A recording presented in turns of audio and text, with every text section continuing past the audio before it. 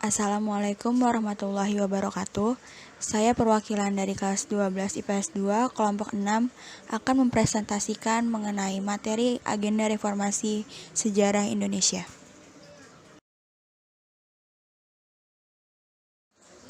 Agenda reformasi yang menjadi tuntutan para mahasiswa mencangkup beberapa tuntutan, seperti suksesi kepemimpinan nasional, amandemen UUD 1945, penghapusan dui fungsi ABRI, serta pemberantasan KKN.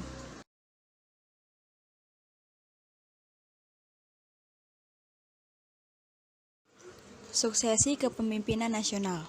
Suksesi kepemimpinan adalah suatu proses peralihan dari suatu generasi ke generasi lain untuk memimpin sekelompok orang agar tidak terjadi matinya kepemimpinan. Sebab-sebab suksesi. Terpilihnya kembali Presiden Soeharto untuk ketujuh kalinya menimbulkan gelombang protes di seluruh Indonesia. Masyarakat mengalami krisis kepercayaan terhadap kepemimpinan Presiden Soeharto yang dianggap menjadi penyebab terjadinya krisis multidimensi di Indonesia. Kenaikan harga BBM dan taraf dasar listrik atau TDL pada tanggal 4 Mei 1998. Pemerintah tak menanggapi harapan masyarakat agar mendahulukan program efisiensi Pertamina dan perusahaan listrik negara atau PLN, serta transparansi biaya produksi BBM dan listrik sebelum menaikkan harga dua kebutuhan primer rakyat tersebut.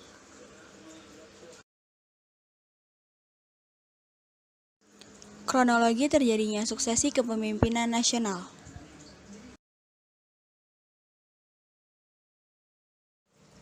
10 Mei 1998, perasaan tidak puas terhadap hasil pemilu dan pembentukan kabinet pembangunan.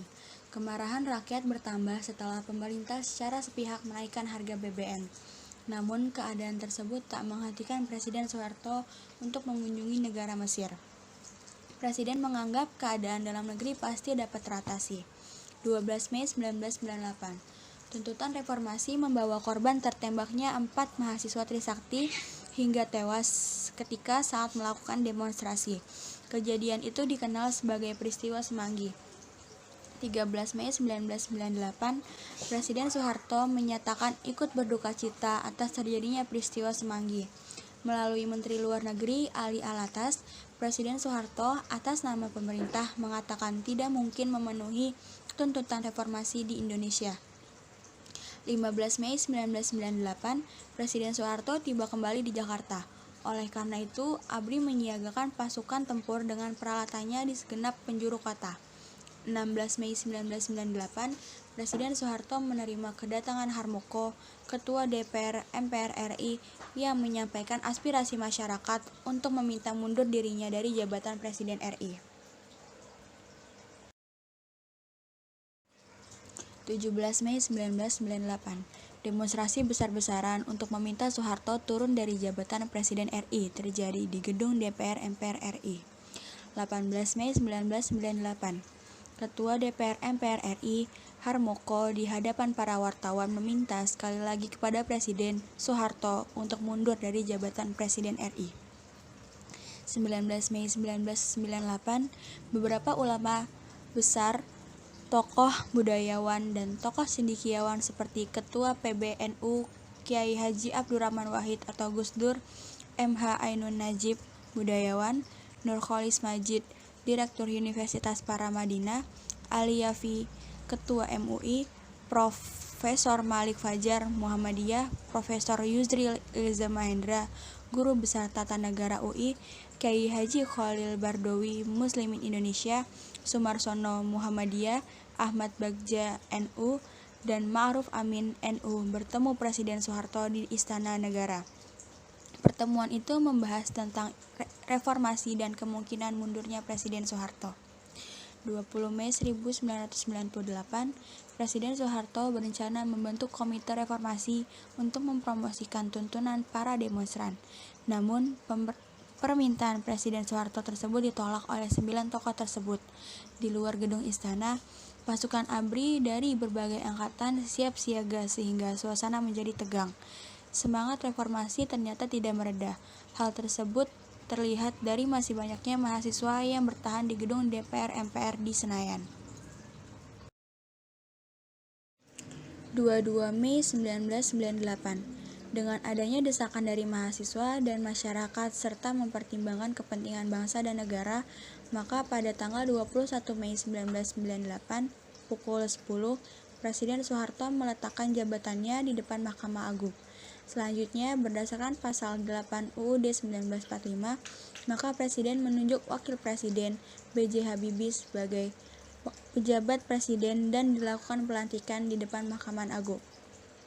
Sejak saat itu, Presiden RI ketiga dijabat oleh Profesor Dr. Insinyur B.J. Habibie. Mundurnya Presiden Soeharto dari kursi jabatannya menjadi tanda berakhirnya pemerintahan Orde Baru selama 32 tahun.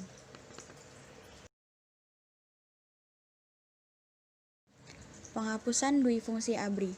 Dui fungsi ABRI adalah doktrin Presiden masa Orde Baru yang menyebutkan bahwa ABRI memiliki dua tugas, yaitu pertama menjaga keamanan dan ketertiban negara, dan kedua memegang kekuasaan dan mengatur negara.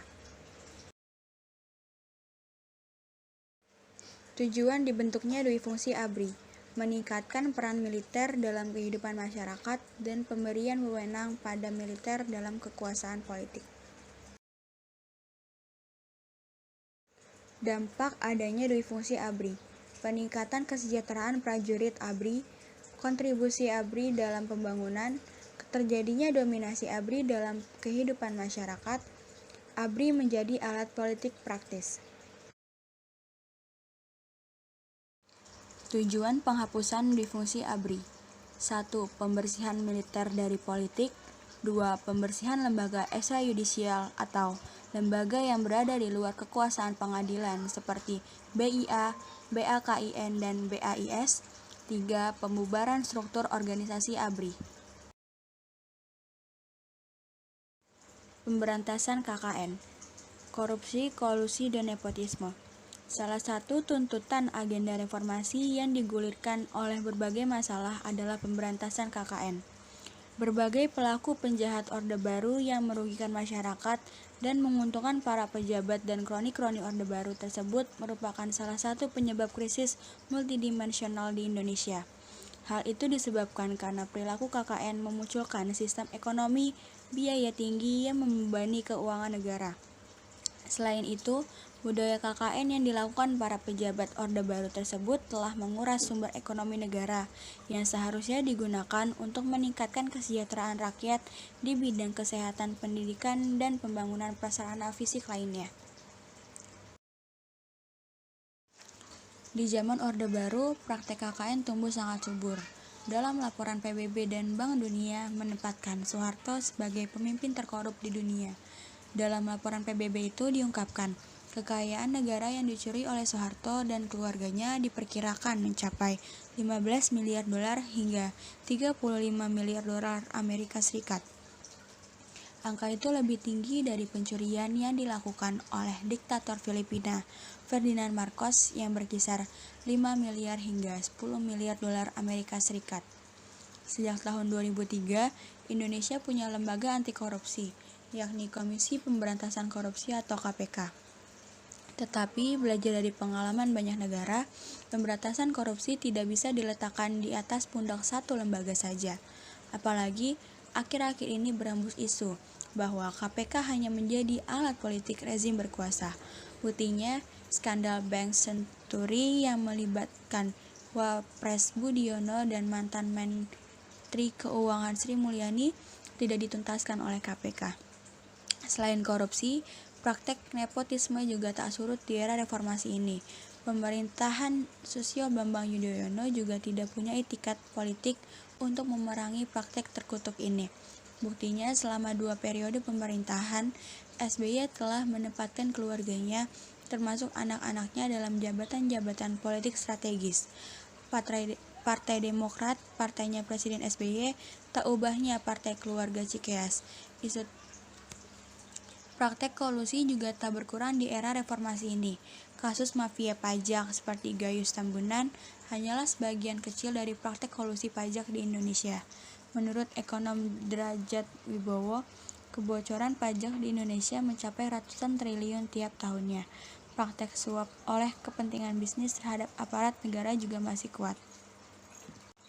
Menurut catatan INDEF, sebagian besar suap pengusaha masuk ke polisi sebanyak 48%, bea cukai 41%, dan imigrasi 34%.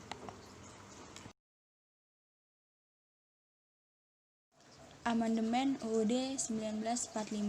Salah satu tuntutan reformasi 1998 adalah dilakukannya perubahan atau amandemen Undang-Undang Dasar 1945. Latar belakang tuntutan perubahan UUD 1945 antara lain karena pada masa Orde Baru, kekuasaan tertinggi di tangan MPR dan pada kenyataannya bukan di tangan rakyat.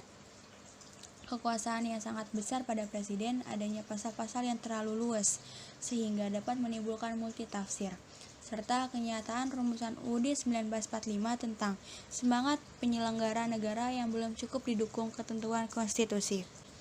Tujuan perubahan UUD 1945 waktu itu adalah menyempurnakan aturan dasar seperti tatanan negara, kedaulatan rakyat, HAM, pembagian kekuasaan, eksistensi negara, demokrasi dan negara hukum, serta hal-hal lain yang sesuai dengan perkembangan aspirasi dan kebutuhan bangsa. Perubahan UUD 1945 dengan kesepakatan diantaranya tidak mengubah pembukuan UUD 1945, tetap mempertahankan susunan kenegaraan kesatuan atau selanjutnya lebih dikenal sebagai Negara Kesatuan Republik Indonesia atau NKRI, serta mempertegas sistem pemerintahan presidensial.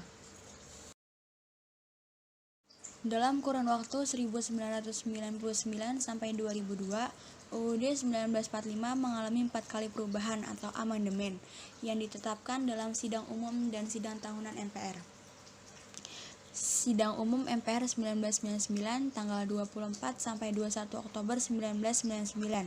Perubahan pertama UUD 1945. Sidang tahunan MPR 2000 tanggal 7 sampai 18 Agustus tahun 2000. Perubahan kedua UUD 1945. Sidang tahunan MPR 2001 tanggal 1 sampai 9 November 2001. Perubahan ketiga UUD 1945 serta yang terakhir sidang tahunan MPR 2002 tanggal 1 sampai 11 Agustus 2002. Perubahan keempat UUD tahun 1945.